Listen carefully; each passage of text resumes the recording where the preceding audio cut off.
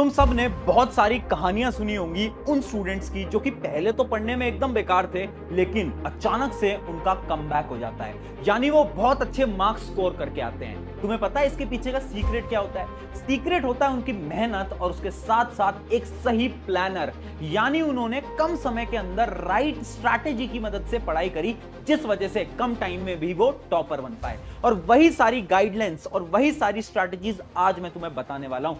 यानी आज मैं तुम्हें सितंबर से लेकर तुम्हारे फाइनल एग्जाम तक का एक ऐसा रोड मैप दूंगा जिसके अंदर science, SST, math, English, Hindi, हर एक सब्जेक्ट की डिटेल स्ट्रैटेजी तुम्हें मिलने वाली है। तो हाय एवरीवन, मैं हूं आप सभी का अपना प्रशांत भैया। सितंबर का महीना ऑलमोस्ट खत्म आने को है, यानी ऑलमोस्ट खत्म होने वाला है ना। और ये जो मंथ था ना, ये मोस्टली स्टूडेंट्स ने हाफ ईयरली एग्जाम के अंदर वेस्ट कर दिया है, क्योंकि आपके स्कूल के अंदर या तो हाफ ईयरली एग्जाम चल रहे होंगे, या तो हो चुके होंगे, या तो जस्ट अभी होने वाले होंगे, राइट। इस समय पर आपने अपना पूरा मंथ हाफ ईयरली एग्जाम को दिया होगा, मेनली स्टूडेंट्स ने।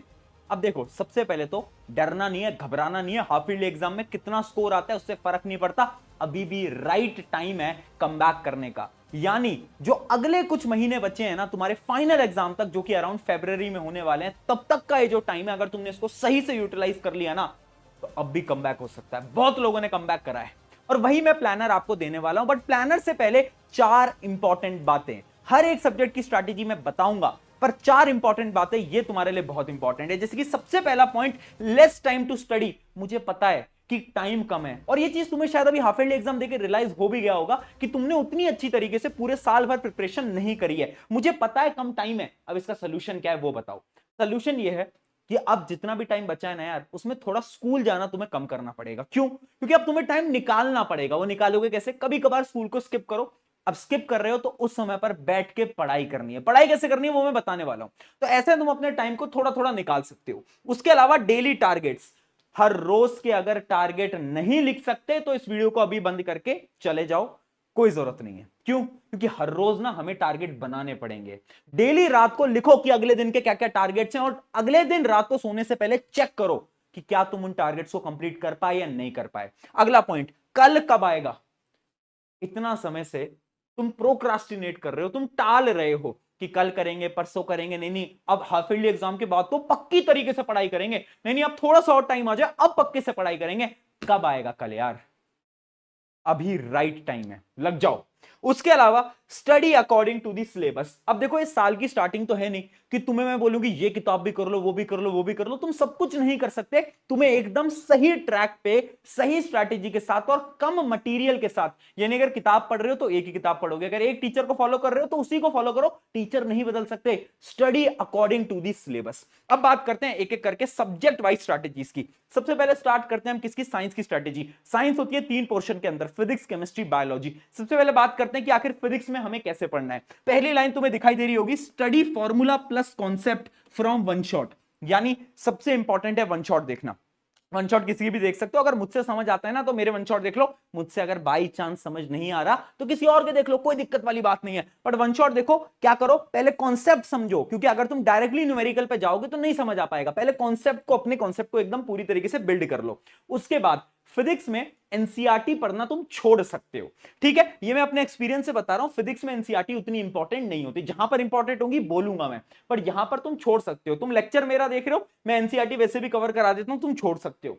उसके बाद solve variety of questions, very important. Specially अगर तुम क्लास 10th के स्टूडेंट हो, बोर्ड एग्जाम देने वाले हो। अब बोर्ड एग्जाम बदल चुका है, यानी कि अब वो जो क्वेश्चन का लेवल है ना, वो उतना आसान नहीं आता जितना कि आप पहले देखा करते थे। अब जो क्वेश्चन का लेवल आता है वो अच्छा खासा टफ आता है। इस वजह से जितनी वैरायटी के क्वेश्चन कर सकते हो उतनी वैरायटी के क्वेश्चन तुम्हें करना है। कैसे करना है? किताबें लो ना यार, क्वेश्चन बैंक्स लो। क्वेश्चन बैंक नहीं लिया तो ले लो ना, हमारी खुद की वन शॉट की किताब है ना, उसकी मैं लिंक भी दे दूंगा डिस्क्रिप्शन के अंदर। उसमें भर भर के क्वेश्चन है। तो क्वेश्चन प्रैक्टिस करना बहुत इंपॉर्टेंट है। उसके साथ साथ मेक फॉर्मूला शीट। अगर टाइम मिल जाए, प्लीज एक काम करना, स्पेशली ये जो चैप्टर्स है ना, जैसे 9th में मोशन है, 10th में लाइट है, इलेक्ट्रिसिटी है, इनकी एक एक फॉर्मूला शीट बना लो ताकि कि वो फॉर्मूला आपके दिमाग के अंदर छप पाए। ठीक है, ये थी फिजिक्स की स्ट्रैटेजी। अब बात करते हैं आगे किसकी, केमिस्ट्री की स्ट्रैटेजी के बारे में। सबसे पहले वही है कि आपको तो वन शॉट ही देखने, वन शॉट से क्या होगा, कॉन्सेप्ट को क्लैरिटी आपको मिल जाएगी। अब एनसीईआरटी क्या पढ़नी है भैया इसके अंदर, मैं रिकमेंड करूंगा पढ़ सको तो पढ़ लो, बट अगर टाइम नहीं है एटलीस्ट एक्टिविटीज देख लेना। जितनी भी एनसीईआरटी की एक्टिविटीज हैं वो सारी की सारी एक्टिविटीज देख लेना। अगर तुम मेरी वन शॉट देख रहे हो उसके अंदर मैं एनसीईआरटी की एक्टिविटीज भी कवर करा देता हूं, बट अगर आप सिर्फ नोट्स वगैरह से पढ़ रहे हो तो आपको क्या करना है, आपको एक्टिविटीज पढ़नी है एनसीईआरटी की, वेरी इंपॉर्टेंट। फिर क्या करना है, क्वेश्चन प्रैक्टिस करनी है, और क्वेश्चन के अंदर एक सबसे इंपॉर्टेंट चीज है केस बेस्ड क्वेश्चन। आजकल वो जो केस बेस्ड क्वेश्चन आ रहे हैं ना, वो वाले क्वेश्चन यहां पर प्रैक्टिस करने वेरी इंपॉर्टेंट केमिस्ट्री के लिए। फिर आती है रिवीजन ट्रिक। अब ये रिवाइज कैसे करना है, केमिस्ट्री बहुत बोरिंग लगती है, रिवाइज ही नहीं कर पाते, एक ट्रिक है जो कि टॉपर फॉलो करते हैं। टॉपर क्या करते हैं, वो क्वेश्चन की मदद से रिवीज करते हैं। यानी कि मान लो कि मैं क्या करूंगा, मुझे केमिस्ट्री का एक चैप्टर रिवाइज करना है, तो मैं पूरे नोट्स को नहीं पलटूंगा, मैं क्या करूंगा, मैं 10 सवाल लगा लूंगा। अब उन 10 सवाल में से जो सवाल मुझसे सॉल्व नहीं हो पाया, मुझे पता चल गया ये मेरा वीक टॉपिक है, और उस टॉपिक को मैं वापस से रिवाइज कर लूंगा। तो ये होती है टॉपर्स की रिवीजन स्ट्रैटेजी, तुम भी फॉलो करना। अब बात करते हैं बायोलॉजी की। बायोलॉजी कैसे करनी है, सेम वही है, आपको वन शॉट देखना है, उसके बाद एक काम कर देना, सिर्फ मेरे लिए, तुम्हारा बड़ा भाई बोल रहा है, 2 पेजर नोट बनाओ। 2 पेज क्या होता है, एक फ्रंट पेज एक पीछे का पेज। बायोलॉजी का हर एक चैप्टर उन 2 पेज के अंदर समाप्त कर दो।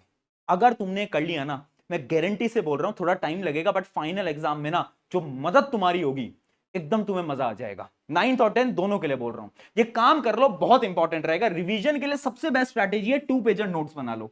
उसके साथ साथ प्रैक्टिस डायग्राम एमसीक्यू। यानी तुम्हें क्या करना है, डायग्राम आजकल डायरेक्टली ड्रॉ करने को तो बहुत कम आते हैं, डायग्राम पे एमसीक्यू बहुत सारे आते हैं। यानी डायग्राम की वो जो लेबलिंग वगैरह होती है ना, वो तुम्हें याद रखनी है, उससे एमसीक्यू क्वेश्चन बहुत आते हैं, तो क्वेश्चन की प्रैक्टिस तुम्हें ऐसे करनी है।